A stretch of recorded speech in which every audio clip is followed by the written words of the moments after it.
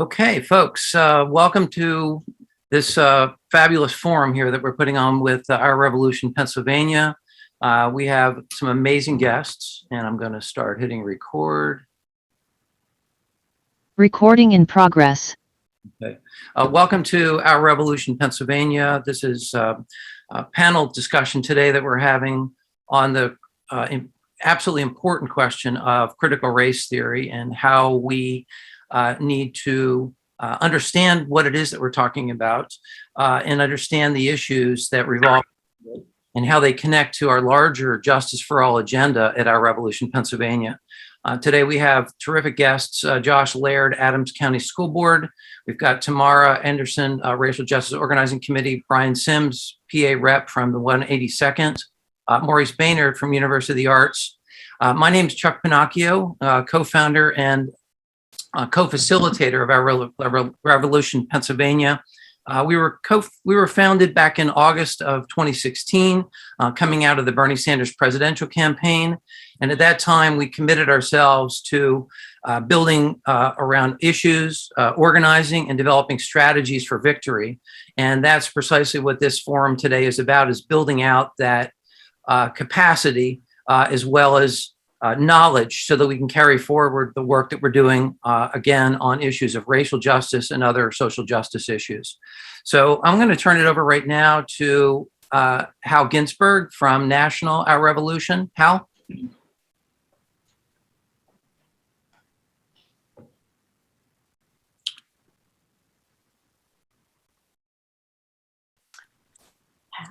I think you may be muted.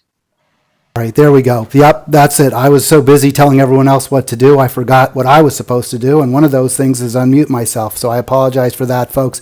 It is great to be here in Pennsylvania working with this outstanding group, and we'll talk a little bit more about what they're doing in just a moment. I do want to ask folks, if you can become a movement builder. To do this work does require money, and to put together these forums with great speakers, we do have some expenses. So if you possibly can, we do ask you to become a movement builder. I'll go ahead and put that link in the chat. I want to tell you just a little bit about what we're doing before we get into the meat of this really important forum about critical race theory, demystifying it, understanding it. We have been fighting for progressive champions throughout our 5 years in existence since Bernie Sanders created our organization. We were in Ohio. We had a disappointing result. We're really, we're licking our wounds. We wanted badly Senator Nina Turner to win. We fought hard. We worked with AOC. We, of course, worked with Senator Nina. We're going right back into it. We're going to elect progressive champions. The battle is continuing. It is not over by any means.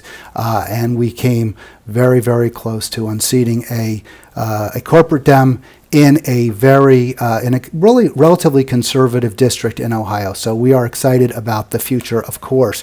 There's our theory of change. Those are the most important issues to you: voting rights, healthcare, climate change, taxing the rich, good jobs, and we are working on those. There is healthcare. That is Our Revolution Pennsylvania organization in Scranton, fighting for progressive change. Just a week ago, yesterday, July 30th, led by Kristen Volchansky. She's on this call. Karen Hollis also on this call, working with Senator Casey to expand Medicare. We'll hear a little bit more about that in today's program. We are fighting to keep it in the ground, end fossil fuel subsidies.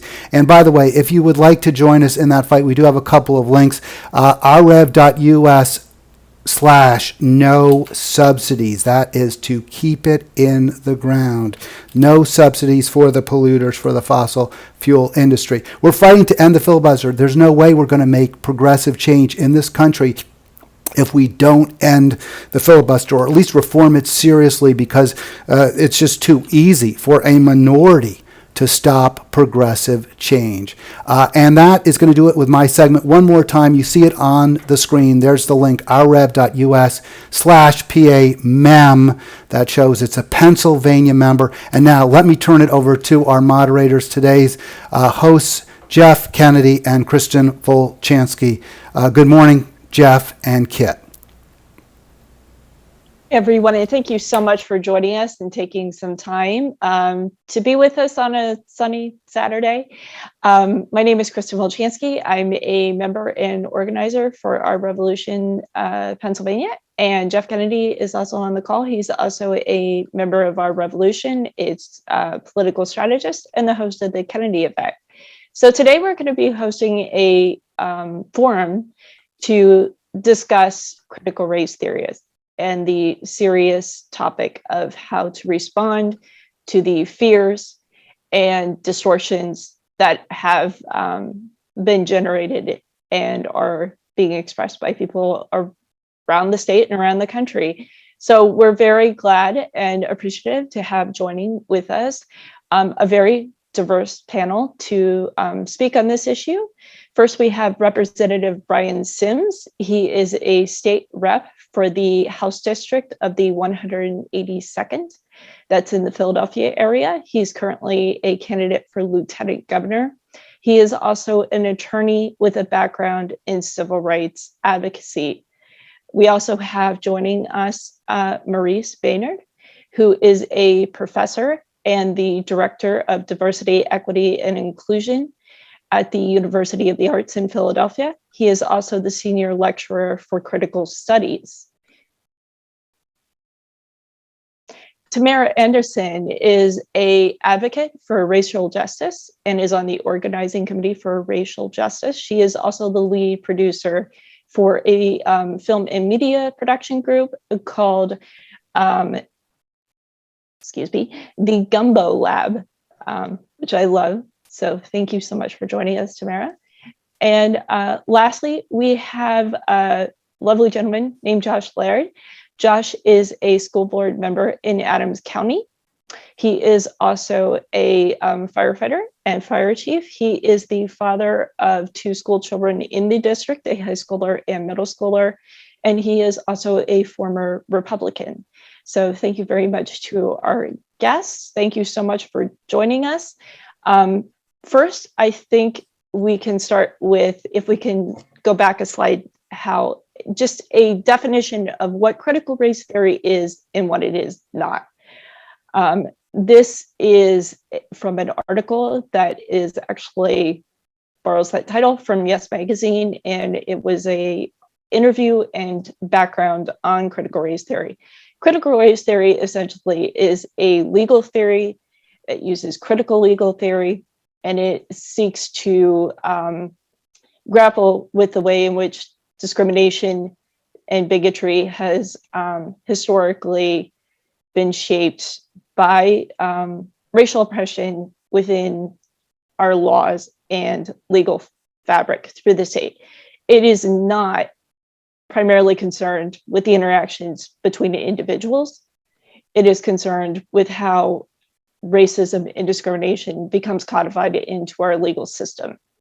It's a theory that was developed by Kimberly Crenshaw and Derek Bell. So if you're looking to better understand what this is and how this controversy has evolved, how it has been picked up and used by right-wing operatives for alternative motives, we have created a research library. We will put that link in the chat.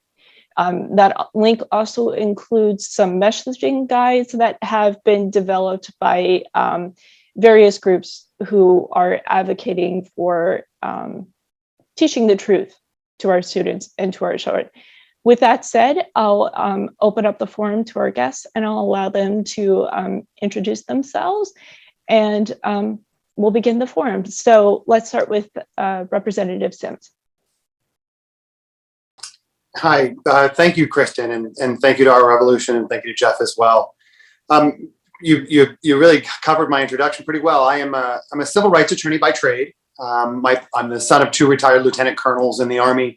Moved to Pennsylvania in my teenage years and became a civil rights attorney. Moved back to Philadelphia to practice, and just about 10 years ago became the first openly LGBTQ member of the Pennsylvania General Assembly in its at the time 247-year history.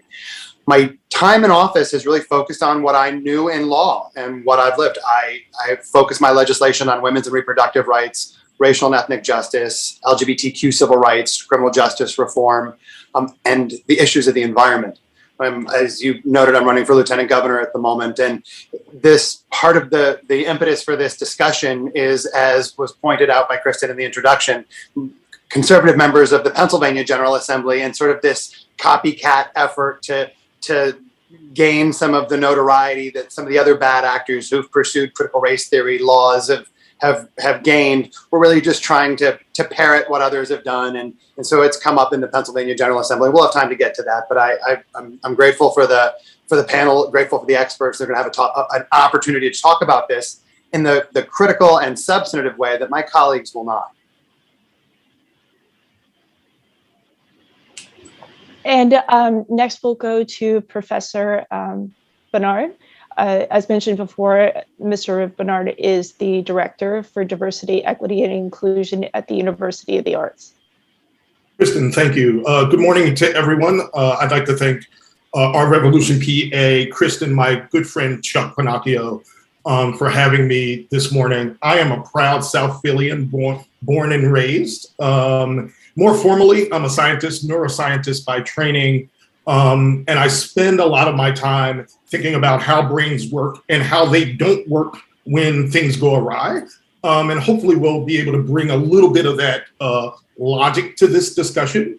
As you guys heard, I've recently sort of changed hats. I focus now on issues of diversity, equity, and inclusion, specifically in large institutions, my institution at the University of the Arts, but also among some other institutions here in the city. And I think it's apt this morning to have a vigorous discussion about how we think about the evolution of institutions and America in this experiment, given the fact that we've had sort of a sordid past. And can we accomplish the goals that we have set for ourselves in the future without really interrogating and investigating where we've been, and ask the questions about how does that then impact who we are today. And so I look forward to the discussion and hearing more from my colleagues. Thanks. And next, Ms. Anderson. Sorry, let me unmute myself. Good morning. And so I'm happy to be here. Also, just I should add to that introduction that I'm currently also one of the core organizers for Zen Education Project for the Teach the Truth Coalition. So we are actually, I'll talk more about that. Like when we get to it, I'll put some information in the chat. We have syllabus that Zen Education has developed specifically for that, how to empower educators to teach op-eds and things like that. And also as a college professor who also teaches urban education at Westchester University and education and democracy, I am constantly challenging my students who are about to be teachers, most of them, to really look at, I like to call, America is like this emerging experiment, right? It is an emerging democracy. It is, it always gets very close, but then there is some pushback. And so looking at, and this is just an example of what that pushback looks like. Kimberly Crenshaw and AAPF have been really excellent in charting the historical milestones that we have seen almost markedly when the country moves forward and how it kind of rises up against that. So I'm excited to be here and thank you so much. Absolutely, thank you. And then we also have Josh Laird. Good morning, everyone. Wow, it's going to be hard to follow those guys. Anyhow, I am Josh Laird. I do have to apologize for the picture. Didn't realize it would be such a big thing. My kids saw it and had a fit. But I am on the school board here in Adams County. As the bio said, I am a firefighter. Been for about 30 years, which and I grew up here in South Central Pennsylvania. Arguably, Alabama, Pennsylvania. Everybody's a conservative. I am a recovering Republican, so try not to hold that against me. As toward critical race theory, I think it's a lot like, I think the Republicans have played this very well, at least so far. I had heard rumblings of it, but it wasn't until after the primaries that we started seeing it in our school board meetings. And we are seeing it in the school board meetings now. And you folks who have put in the chat room that you're on the school board, if you haven't seen it yet, you're going to. So this is a very timely forum. And I definitely look forward to getting some talking points, because it's starting to get pretty aggressive. And I think that's how it's going to continue, at least until the fall. So thanks for having me, and I can't wait to see what we can talk about. So jumping right in and bridging off of what Josh just said, there are definitely motives for the people who are Republican operatives who started this movement, but for the people who are just average, everyday people who are expressing these concerns, I was wondering, what is your perception of what they are fearful about?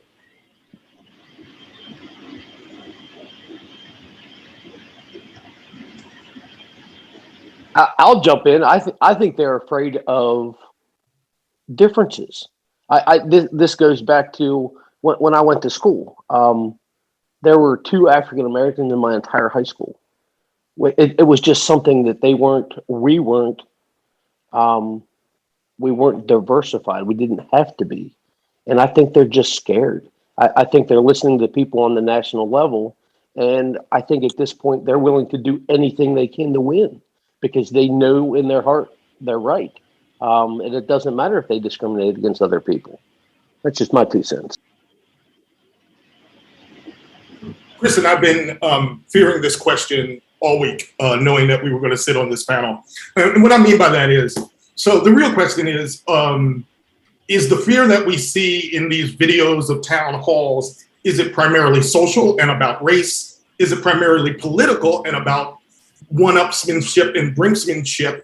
Or is it about economics, right? Is it someone somewhere pulling the strings of people who have less to gain an advantage and to maintain their stuff? And in thinking about it, I think it's all 3, right? It's all of those things are alive and well at the same time. And that makes it really, really difficult. Because many times we're apples and oranges, right?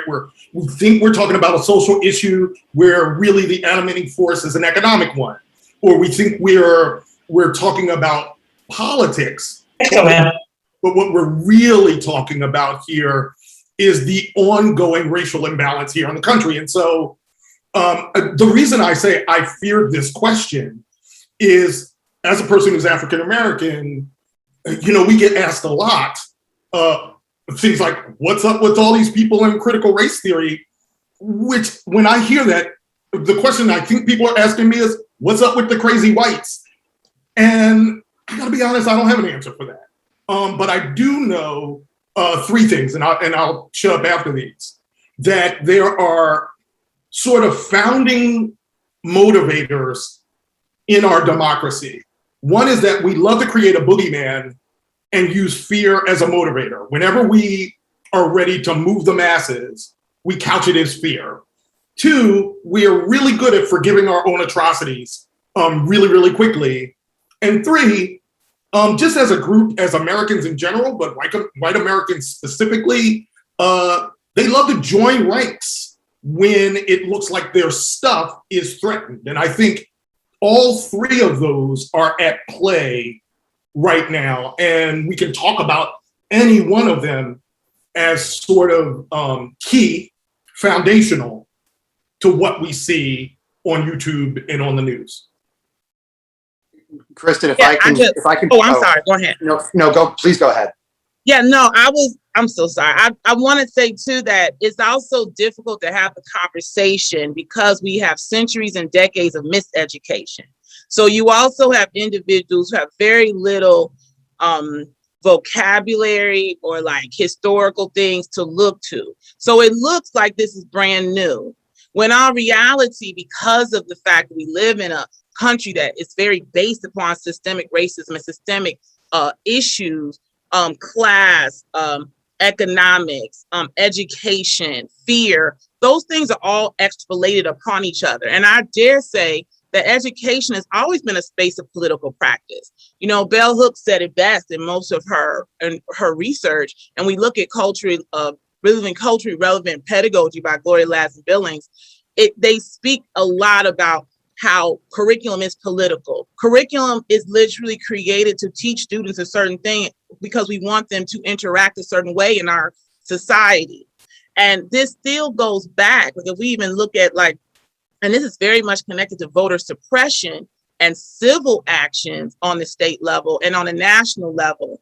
You know, when you hear, I think the CRT, the machine has like these sound bites kind of ready to go, right? So we see parents crying. So we see that that's an emotional, empathetic thing or we also see people, despite what's happening in Pennsylvania, I have several teachers in rural school communities who've already told me this conversation is coming up in their school boards, right? Superintendents are sending letters to their teachers already. So the ball is moving ahead, whether something is coalesced into law or not, because fear itself is based upon change. It's also very much connected to the change in demographics in our country, right? There is something to be said when a perceived majority, because we believe in the racial construct that actually does not exist. Like it's not, it's not based on anything scientific or anthropological, but because everything we have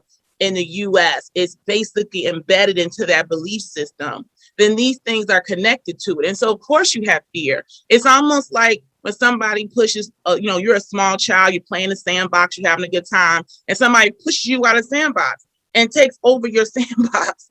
You respond in a very visceral way. And so we have seen this happen time and time again, but because we don't teach about Reconstruction, because we don't teach about busing, because we don't teach about Brown v. Board, because we don't allow our students to really see these things in K through 12, then what happens is a lot of times when you're having these conversations on both sides, I feel like it's a brand new conversation for them. And so it requires to kind of approach it where you're educating people, but also guiding them along the process to hopefully make a critical decision for themselves. Thanks. Kristen, I try to, and not only to echo what's been said before me, but to sort of get back to what part of the reason you asked Josh this question is, what do white people fear? What do people fear? It's white people. And what do white people fear? I think white people are using this as a hook to tell you they fear that somehow white kids will, in being taught about the massive racial inequities and injustices in our country's history, will then realize that the systems built upon that history must inherently be racist as well, and somehow feel guilt or shame that they are existing in a racist society which they benefit. And that's a good thing. I get asked all the time, what can white people do to combat this misinformation about critical race theory? And the quick question is that maybe stop telling your friends of color that you understand it and start explaining it to your white friends. This idea, I've seen this introduced in the legislature, and it touched on all three things that Maurice mentioned at the beginning of this. It is about racism, it is about classism, it is about the economy. Pardon me. And it is very much about utilizing this as a political tool. In the same way that marriage equality was used as a wedge issue, and the way that attacks on trans people in bathrooms has been used as a wedge issue. But because it is so inherently racist, it's impossible to divorce it from what Tamara was talking about, and that's the lack of a lexicon that people have for this. We don't teach our racial history, let alone the building blocks to have a critical understanding and analysis of that. This is as much an attack on critical thinking on all levels as it is an attack on the sort of reality of the racial and ethnic injustice of our history. Mm-hmm. And I believe Rebecca had a question. Rebecca, did you want to ask your question?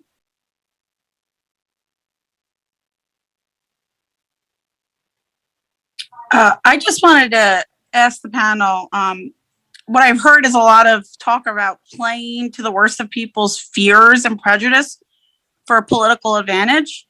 And I just want to know, I'm running for school board again. I see this as a direct attack on my platform for the recent DEI director that we've put in place at my school board. And I'm wondering like what I can do to help the community see that their fears and prejudice, that there's a line between where you express your fear and you start to show your prejudice.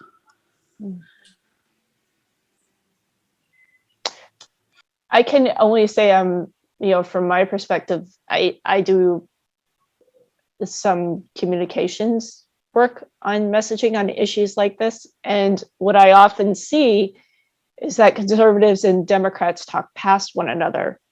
That Democrats, when they speak on a political issue, they speak collectively. They speak about the plural. When Republicans speak about any issue, they speak on the individual level, and they fuse the issue and their sense of self. And sometimes I think to be effective and to break through that, while it's definitely true that in this case, what is being purported is a distortion of this theory, and it is trying to whitewash or make invisible, racism and its historic presence and its continuing presence. What the conservative voter is hearing is, you're telling me that I'm a racist. You're telling me that I'm a bigot.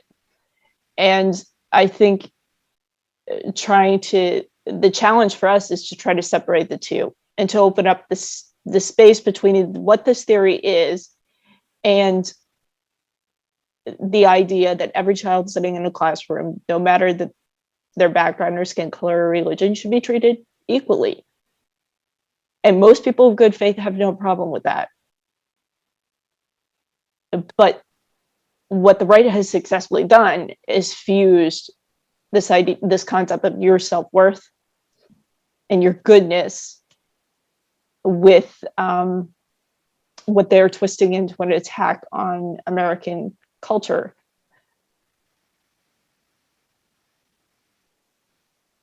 I don't know if that in any way answers your question at all. So. Thank you. Well, and I'd like to jump in here quick with that too. I don't know if this will help in your race. It's certainly not going to help in mine. I have no doubt I'm going to get beat in the fall by someone who I didn't see coming, who is actually one standing up now, pounding his chest about critical race theory. And they've actually used, and I haven't seen it nationally used yet, but it was shielded in a anti-racism rant that this guy went on, where he wanted us to stand up as a board and openly admit that we would be anti-racist to all races. We knew where he was going with it because he had spoke on critical race theory the meeting before, but he is trying to shift it back to the, anti-white. We're now swinging the pendulum back and being racist to white people. Mm-hmm. I think back to the other issues. I'll flash back, 35 years when I was in high school. The curriculum that we learned is, and this was a real soul searcher for me because I didn't understand.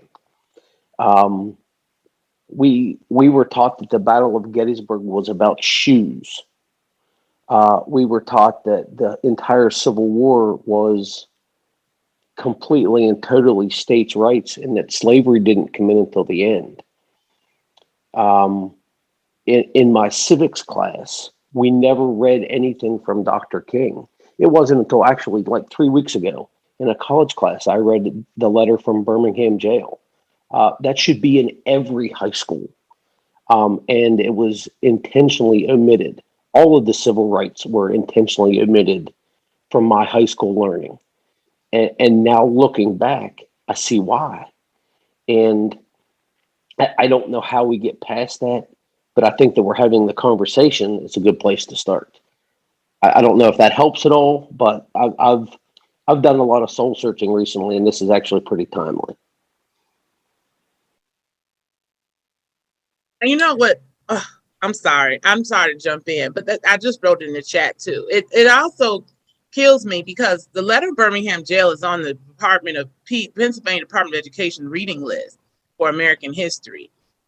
So there's also this fact that the state has actually created a curriculum. Is it perfect? No, most curriculums are imperfect, but there's lots of things in there that bills and laws, the conversations, like some of the counter might help, especially in school boards, to point to just go to the department state curriculum page and see like it includes arts and a robust art. Like a lot of people don't realize the Department of Education actually wants kids to take theater and dance and all these other things, not just art and music. In American history, it goes under the Civil War and the Civil Rights Movement and things like that. So there are lots of counters and information. And I included also a syllabus in the chat for those who might want some talking points. I find that when people are up here and are vitriolic and are banging their chest, it helps to like present them with actual tangible things, right? Like these, like everybody, I know most schools offer AP history. I score AP exams, AP seminar exam and the history exam. I don't know how anybody's going to pass the exam next year if they change the curriculum, because like just this year, Woodrow Wilson's speech was included, Warmth of Other Suns from Isabel Wilkerson, James Baldwin, Invisible. Like these are things that are included on like advanced placement exams also, which are given across the country. So I just want to say that too. That's actually a great point. Really great point. Sorry, Representative Sims. I wanted to ask Maurice a question, and it just sort of stemmed from something, Kristen, you were talking about earlier, and the different ways that people hear things, that the sort of the same messages from different sides. You as you mentioned earlier, you get asked a lot about critical race theory, and I think half the time you want to stop and say, you don't even realize that's not a curriculum that is taught in K through 12 schools. And even if it is a theory that is used in academia, there's a First Amendment right. It'd be unconstitutional to ban it in academia. And so you want to grab these people by the shoulders and say, you don't even understand the concept which has been utilized to attack your frustrations and sort of take your energies. Why is it that even though critical race theory is not an attack on that individual, that me, and not only in any iteration of it, not in a real world application of it, and yet that person has still been told that if this education is allowed, you're being taught as a racist, even though that is not factually accurate? Why do people continue to hang their hat on a hook that has been taken from them, that isn't legitimate? Right. I wish I had a good answer for you, Brian. The thing that sort of most comes to mind is that I know a lot of times we say that we live in two different Americas, that there are two different approaches to the way we think about ourselves. As Kristen sort of mentioned, there are those of us who kind of talk in a collective we, and then there are those who see that America is really about amplifying one person and your personal rights. I think another way to slice the American pie is it a religion or is it a scientific undertaking? And what I mean by that is there's a fundamental Americanist story that we like to tell ourselves, that nobody's ever gotten hurt because of American expansionism, that we're fundamentally good, that if we did do a few bad things, there were a few bad actors that weren't part of the general American narrative. And that goes as far as slavery, right? So that's the story of a few crazy people in the South, but not the America that is ever ascendant and ever rising. And we believe that story. We like that story. It makes us feel good. I read in the chat someone who said that that the people that you see who are really afraid of not understanding that we've had some problems in the past, but we've had some victories and we're getting better. I would argue that too is part of this America is essentially good argument. I think there's another way to think about America, and that is it's Bayesian. And what I mean by that is it gets updated with new information. It's not religion, it's science. By very definition, the way in which we thought about ourselves 50 years ago is going to be really different because we have so much better tools, so much better thinking, and so much more information today than we had then. We've had distance and more scholarship. And I think what we have is a lot of science folks trying to talk to religious folks. I use those in quotes, right? And so they think if we fundamentally change the prerequisites, then America no longer exists. While progressives are saying, no, we need to keep recreating it. And even the America that we have today, 50 years from now, we're going to be ashamed to say that we believe and had some of the conversations that we're having.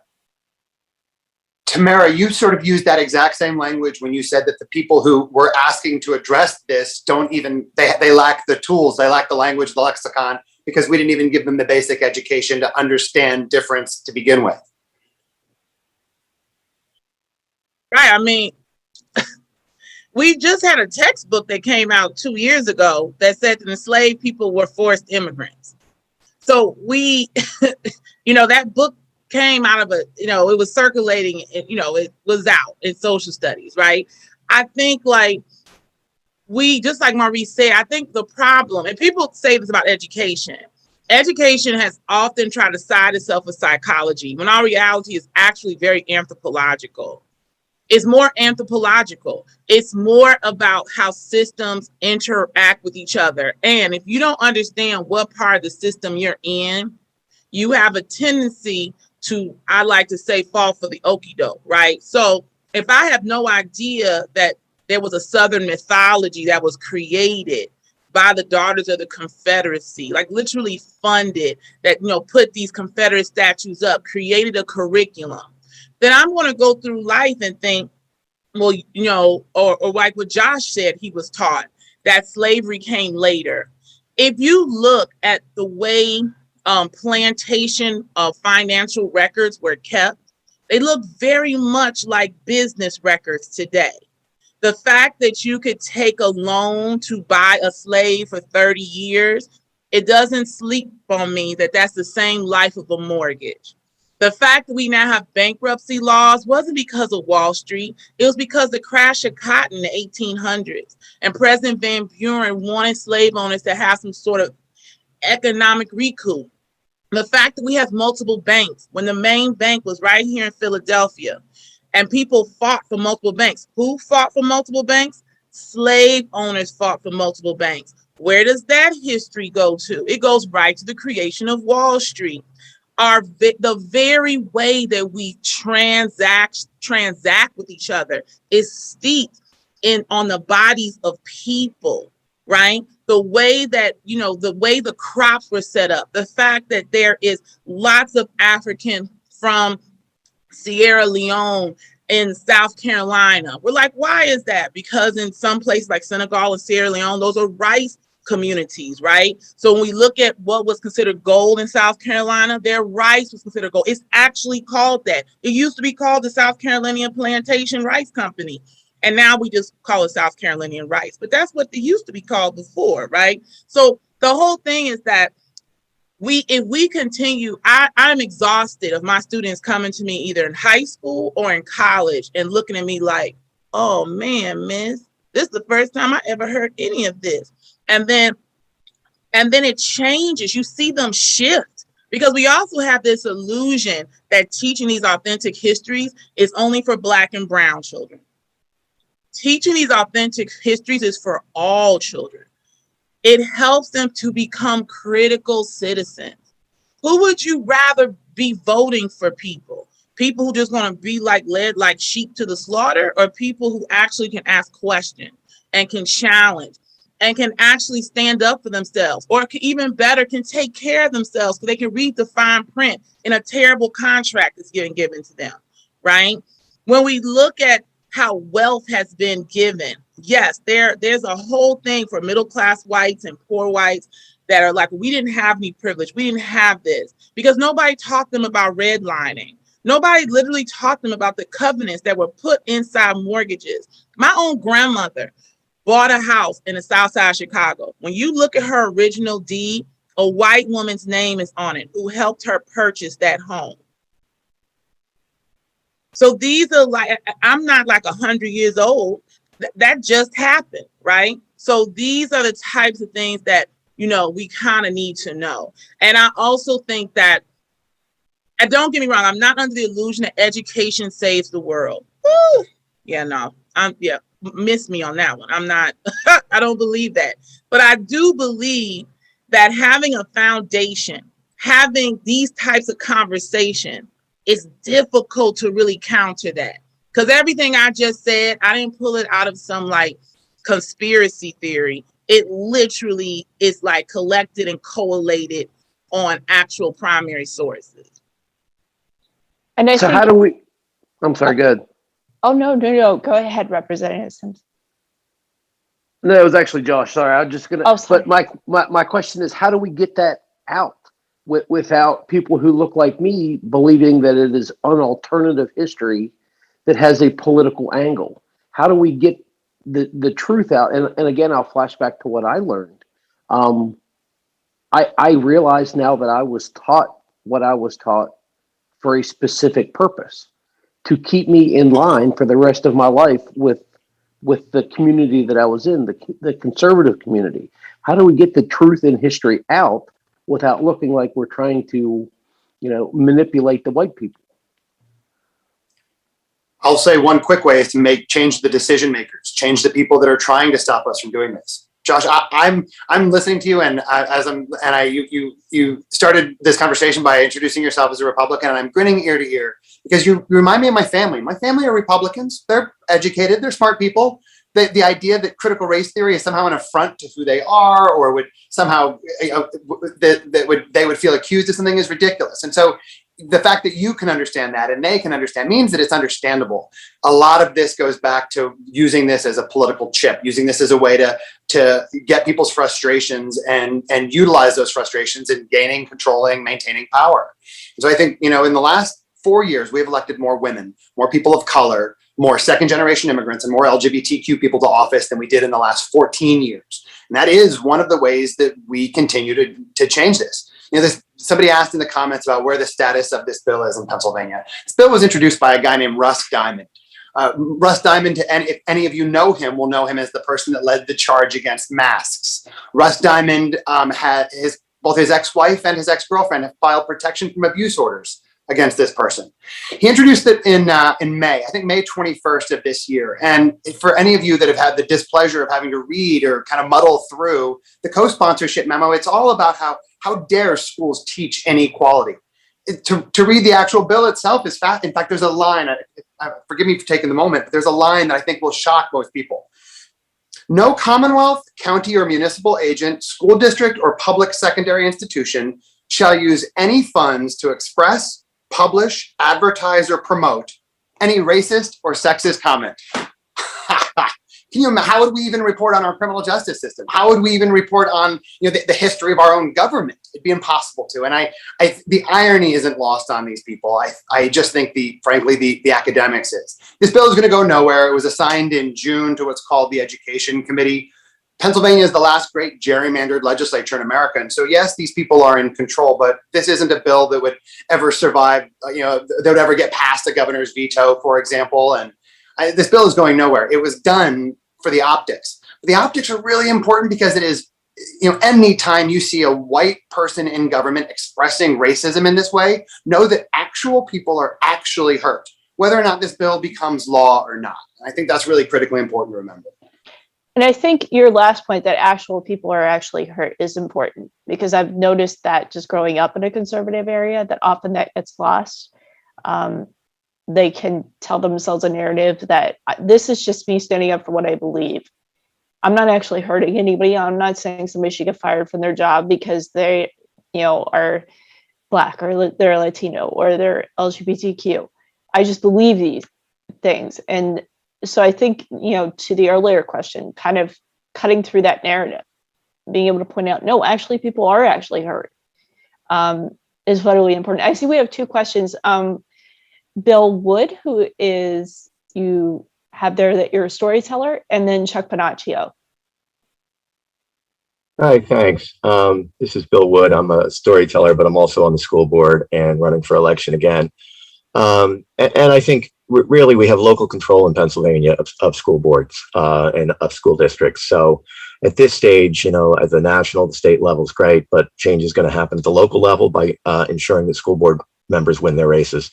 So I'd just like to make a couple suggestions with regards to all of that. First of all, I think trying to push back against critical race theory or even bringing it up is shadowboxing, because they've defined critical race theory as anything they feel like. It's diversity, equity, inclusion. It's social emotional learning. It's, you know, fill in the blank. It's anything that may make somebody uncomfortable. So I think trying to fight back against it by saying this is what it really is, like I said, is shadowboxing. What we can do in a positive way is what school board members are supposed to do. We look at data. We identify where there are learning gaps. And it is our responsibility as school board members, once we identify learning gaps, to say, look at the whole person, the background of every individual, the racial background, the gender background, the whatever other background that brings to the table of those people. And using that data, say those historical discriminations, et cetera, may be playing a factor into those learning gaps, whether it's socioeconomic or anything else. And we have a responsibility as school board members to use that data and address the learning gaps. And that could include, you know, changing our historical curriculum so that they have a greater sense of belonging, because when students belong, they do better. So we approach it from data, each individual school district looking at where their own learning gaps are and adjusting their policies and curriculum based on that local school district. From the flip side of that, if you want to win school board races, I think we paint them out for what they are. They've said they want to ban books, they want to police language, and they want body cameras on teachers with citizen review boards looking at every single thing that is said by teachers for some imagined racial something or other. Is that what we want in our school districts? Our teachers to be policed in that manner? I think for most districts, they're going to say no. There are probably some where, yes, that is what they want. But I think as a way to push back against it, you paint the picture of what it's going to look like if the other side gets control of our school boards. So that's what I have to say. Thank you so much. I think that's a great point, putting the ball back in their court. Chuck, and then Karen. Thanks, Kristen and Billy. That was great, and all the presenters. Brilliant top analysis of these questions. And I just wanted to maybe reframe or get us a way of thinking, conceptualizing what's going on in terms of what Drew Weston calls the political brain. The political brain is the emotional side of the brain that is easily trapped and is easily brought into these nonsensical conversations, but because of the ability of the right, especially, to play on people's sense of victimization, their sense of loss, their sense of betrayal, and the whole process of othering. Right, is it's us versus them, kind of a division. I call it divide, distract, and deny, and it's all wrapped with the culture wars, which I most succinctly identify coming out of the 1960s. I think the accomplishments of the civil rights movement in many ways set the table for where we are today, and the reaction. And frankly, I see us teetering into a state of fascism. It's a much larger question here, but I'd love to just get some responses to these notions then of the political brain, victimization, and then also just to throw out to folks a book title that I've been reading called Democracy in Chains. And it's really the game plan, it's the blueprint of what the right wing has done with culture wars to distract us from the more actual critical questions of it that Maurice pointed up earlier, that touch on people's day-to-day lives. So I'll stop there and see if folks on the panel might want to respond to some of these questions. Again, thank you.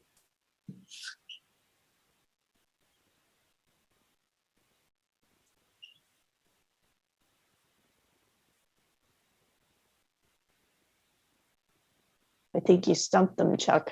No, I'd love to. I'd love to hear what some of my fellow panelists have to say to Chuck's proposal. Yeah, no, I think it actually So it's a machine. But I also believe that it is okay to say that systemic racism is at the center of the machine. Because systemic racism, the definition of even white supremacy, is the intersectionality of it all, right? So we see trans laws happening. We see anti-trans, like we see all these bills coming across that we like to say are weapons of mass distraction, but they also can be an opportunity for us to miss these like original sins that America keeps collecting and not dealing with, right? It's almost like, how do you come up with a plan that is inclusive, but also respective of the fact that, yes, people are different. Yes, people have different opinions. Yes, we want different things for our families, but there are some basic things that I think people want. You know, we saw this a lot even around the argument back and forth around the Affordable Health Care Act. You know, individuals where it would have benefit them greatly to say yes to it, they were very like vitriolic about, oh, no, we can't have that. And so I think it is, right, like Lisa said in the chat, it's not a left or right, it's much deeper. But I also think it's also like always this idea of the chickens coming home to roost. You know, I think it's interesting how these conversations happen every 5 or 10 years, right? Like the same conversations, the same topics, the same kind of connections being made. And then some of us have these aha moments like, this is the answer. But if we go back to like various historical books that have been written, we will find that the answer has been very repetitive.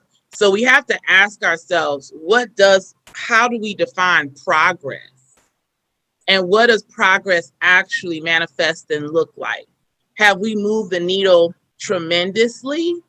Or is the needle constantly, like the fact that you can look at the demands from the March on Washington and the Poor People's March, and you could put it into 2021 and say, oh, those are the same demands we have now. The fact that even in our own state right now, there's a huge case coming to court around funding, that at the center it's being said that it's race. It's like, it's a racist funding system. It has been said out loud. And now there's a case coming forward. Pennsylvania has one of the largest funding gaps in the country in how we fund education. And it's all based upon economics and like ethnicity, right? So we have to also, I think that's a way to look at it too. Like how do you define progress? You know, not to be like, oh, it's no hope. I'm just saying that I just don't think that we can ignore the historical thing. Even personally, when you're learning lessons about yourself, what's the first thing you do? You look backwards. So you don't repeat the same mistakes over and over again. So we have to ask ourselves as a country and as like a political force, are we repeating the same things? Are we learning new lessons? You know, what does that mean for any of us? And I don't really think I have the answer for that, but that is how, those are the constant things that I like grapple with too. Thank you so much, Tamara. That was really impactful. Karen. Yeah, hi. I'm Karen Hollis, leader of Our Revolution West Philadelphia Burbs, and I also teach critical race theory, among other courses at Villanova University. And a couple of nights ago, I attended another forum about rhetorical ways of fighting this attack on critical race theory, which, you know, as many have said, it has expanded and grown into an attack really on anything progressive in the school system. And so one of the methods that people recommended at this forum was finding something that the other side and you can identify with. It can be very hard, but maybe, again, building on what Tamara was saying, feeling pride in the progress that we have made and feeling very patriotic about that, the way, you know, the right says they feel, and how, you know, we've come such a long way, although we have ways to go, you know, in our country, and that it's a democracy is a building process. So again, identifying with something that maybe will, in their eyes, make you seem less hostile. And then from that, you might bridge to a point like, we greatly appreciate these gains that we've made. But again, if we don't teach about these gains and about the problems that people overcame in terms of women's rights and gay rights and civil rights, et cetera, if we don't celebrate and learn about those problems that we solved, more sort of, we won't be able to make any progress in the future. And, you know, to deny that our project, democratic project, is finished is not going to be helpful to us at all. So again, they said, find a point of identity and be proud of what we've accomplished, but then show students and everyone how much further we have to go.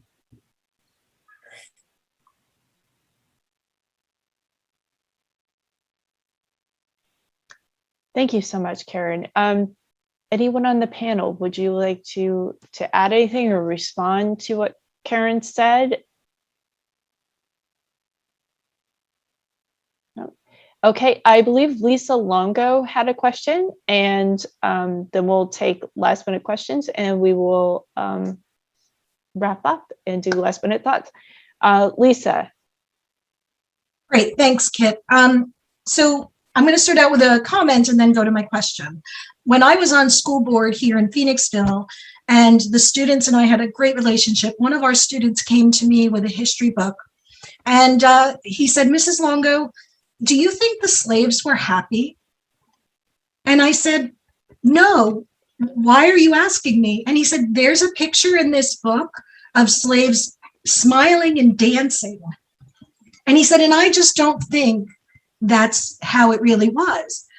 So my question for the panel is, how do we better vet our history books and curriculum? And I know there's many school board directors and candidates on this call.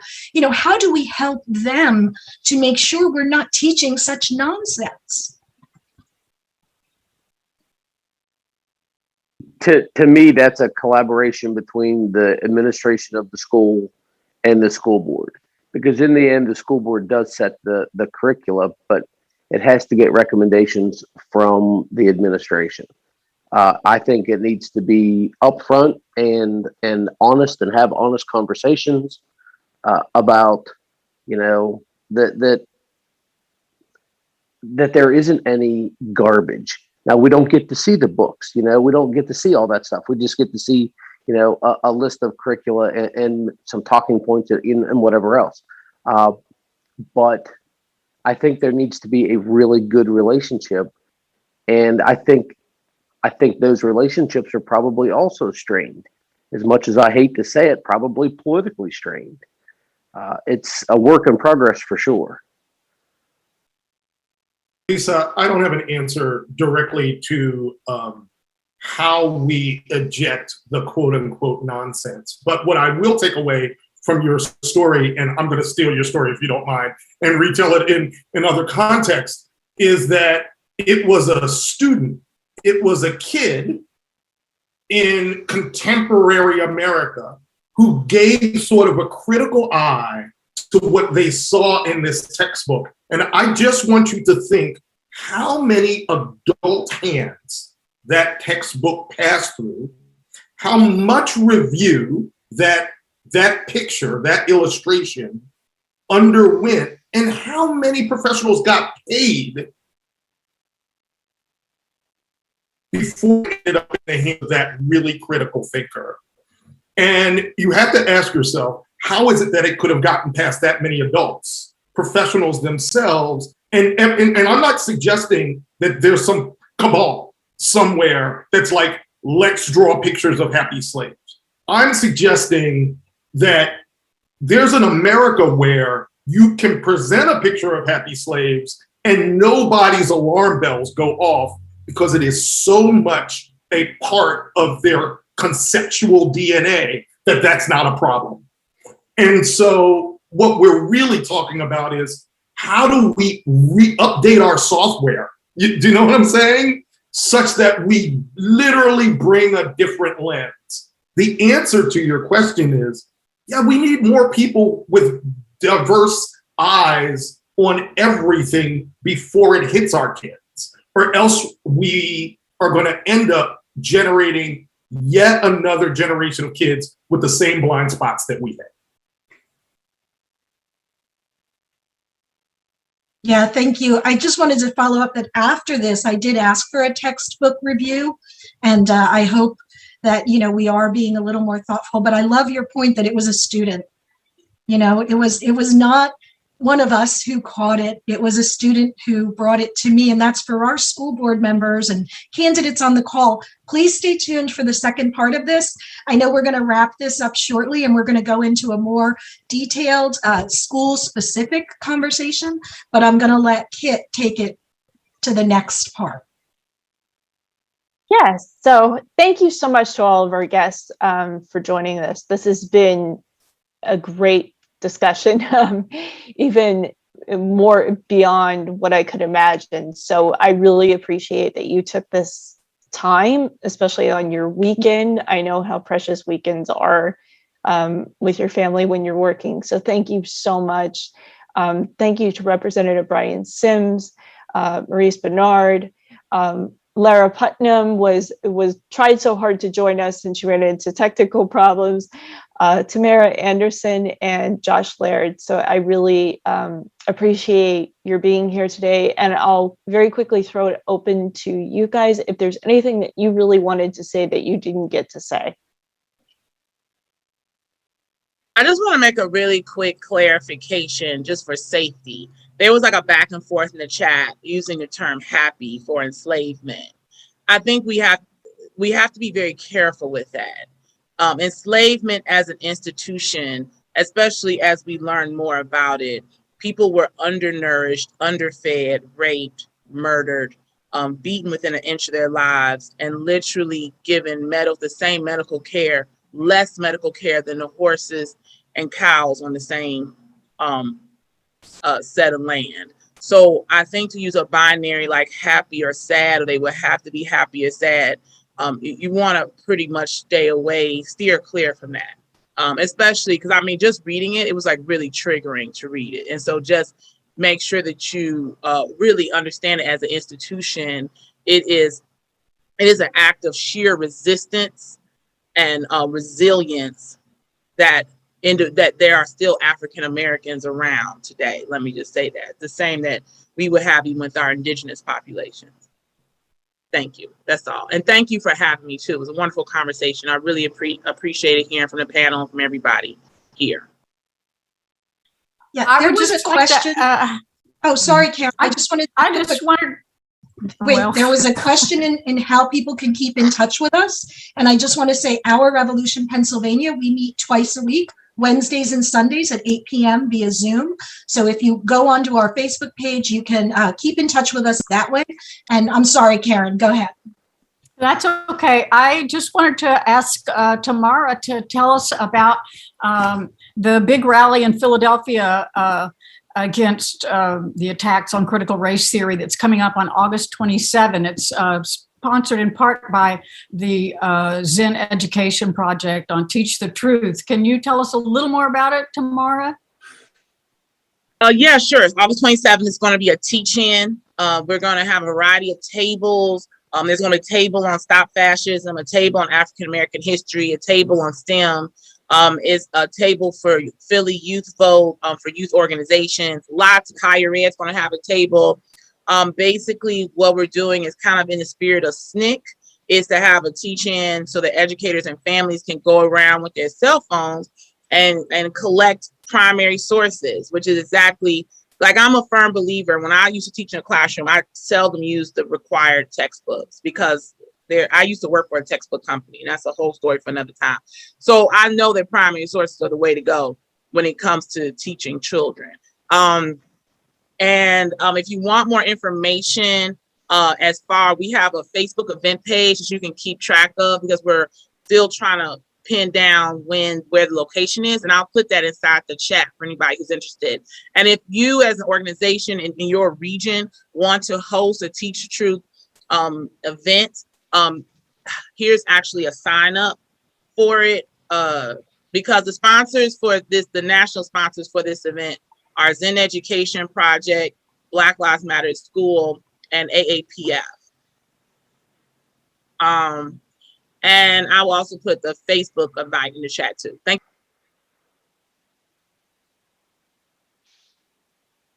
Thank you so much, Tamara.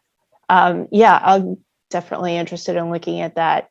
And thank you again to all of our guests. As Lisa said, we're now going to transition to the second part of our program. And also to the point, the question about how do you keep in touch with Our Revolution PA, we actually have to sign up. It's a very quick form to fill out. I just dropped the link in the chat.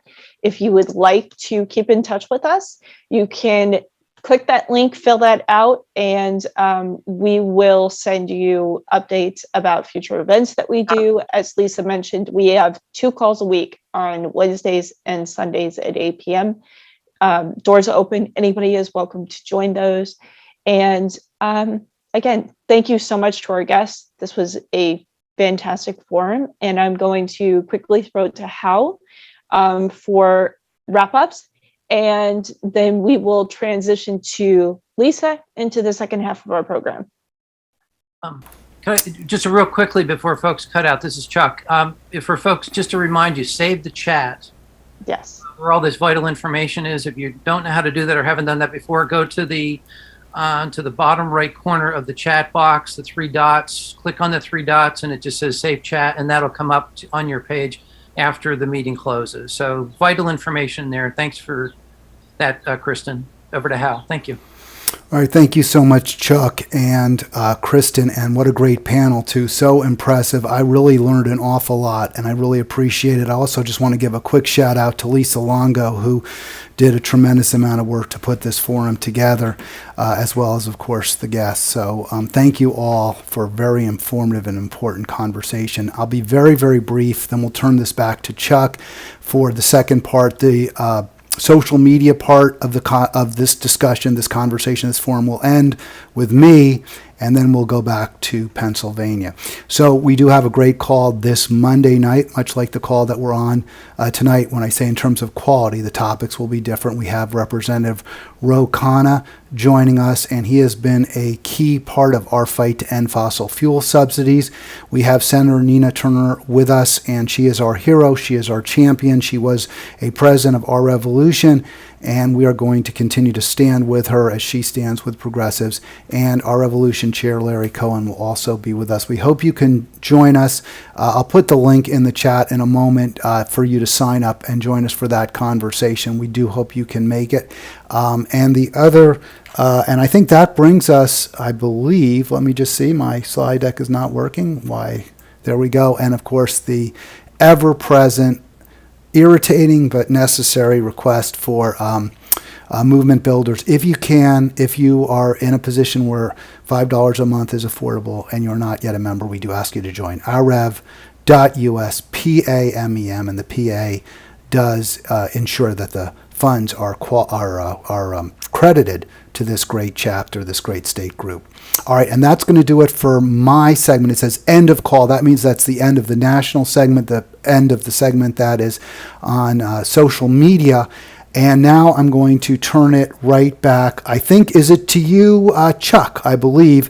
So let's go to Chuck for continuing this conversation. Hey, Chuck, over to you.